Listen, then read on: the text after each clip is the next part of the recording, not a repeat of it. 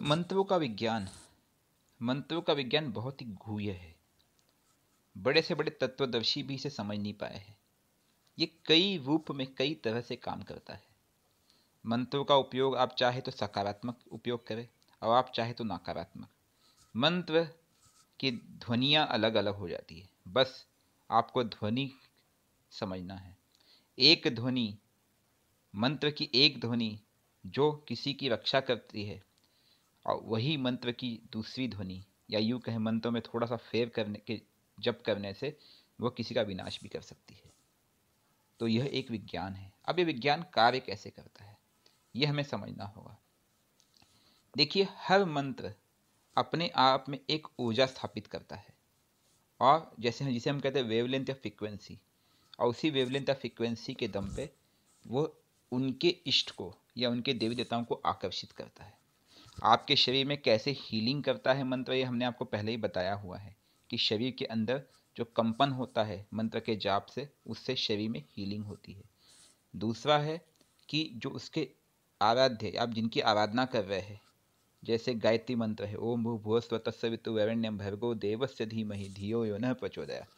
जब आप इनका जप करते हैं, अनुष्ठान करते हैं, तो उनके जो इष्ट है या उनके जो देवता है आपकी तरफ खींचे चले आते हैं। ये एक विज्ञान है, बहुत ही शक्तिशाली विज्ञान है, जिसे हम कहते हैं साइंस ऑफ साउंड और साइंस ऑफ वेवलेंस। जिस फ्रीक्वेंसी और वेवलेंथ पे आपने उस ध्वनि का आरंभ किया है, उससे वो आकर्षित होते हैं। अब होता यूं है कि ये कैसे कार्य करता है। आप एक चीज़ समझने का प्रयत्न करें कि हम जब मंत्रों का उच्चारण करते हैं बार बार, जैसे ओम नमः शिवाय, ओम नमः शिवाय, ओम नमः शिवाय, ओम नमः शिवाय, समझिए इसके विज्ञान को। पहले हम क्या करते हैं, ये 3 शब्द रिपीट करते हैं बार बार। आपको पता है कि एक पुरानी कहावत है कि रस्सी को अगर किसी पत्थर पे भी घिसा जाए तो पत्थर पे भी निशान पड़ सकता है। हाँ, रस्सी आवत जात है, आपने सुना होगा, एक चौपाई थी पुरानी। हाँ, ये हकीकत है। ऐसे ही जब आप किसी एक शब्द को बार बार रिपीट करते हैं, तो सराउंडिंग में या यूं कहें ब्रह्मांड में एक कंपन होता है, और एक ही ऊर्जा, एक ही वेवलेंथ की ऊर्जा बार बार किसी जगह पर जाकर हिट करती है, अर्थात वहाँ पे निशान पड़ता है। और वही कारण है कि वहाँ पे स्थापित जो देवी देवता होते हैं, उनको आपके करीब करीब आना पड़ता है। ये उनकी मजबूरी समझे या उनका आकर्षण समझे या उनके आराध्य के प्रति प्रेम।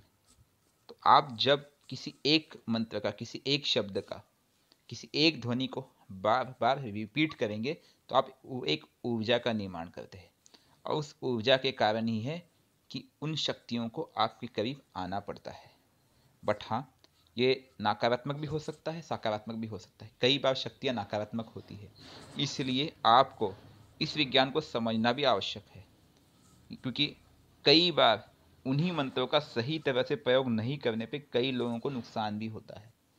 यही कारण है कि मंत्रों का चयन और मंत्रों का उपयोग किसी जानकार व्यक्ति के सानिध्य में ही करना चाहिए, या यूं कहे किसी गुरु या किसी विद्वान पंडित, जिनको इन मंत्रों के उपयोग की विधि और इनकी हर तरह से जानकारी हो कि कहाँ पे हानि हो सकती है, क्या करना चाहिए, क्या नहीं करना चाहिए, किस तरह से इनका जप करना चाहिए, ये विधान उनको पता हो।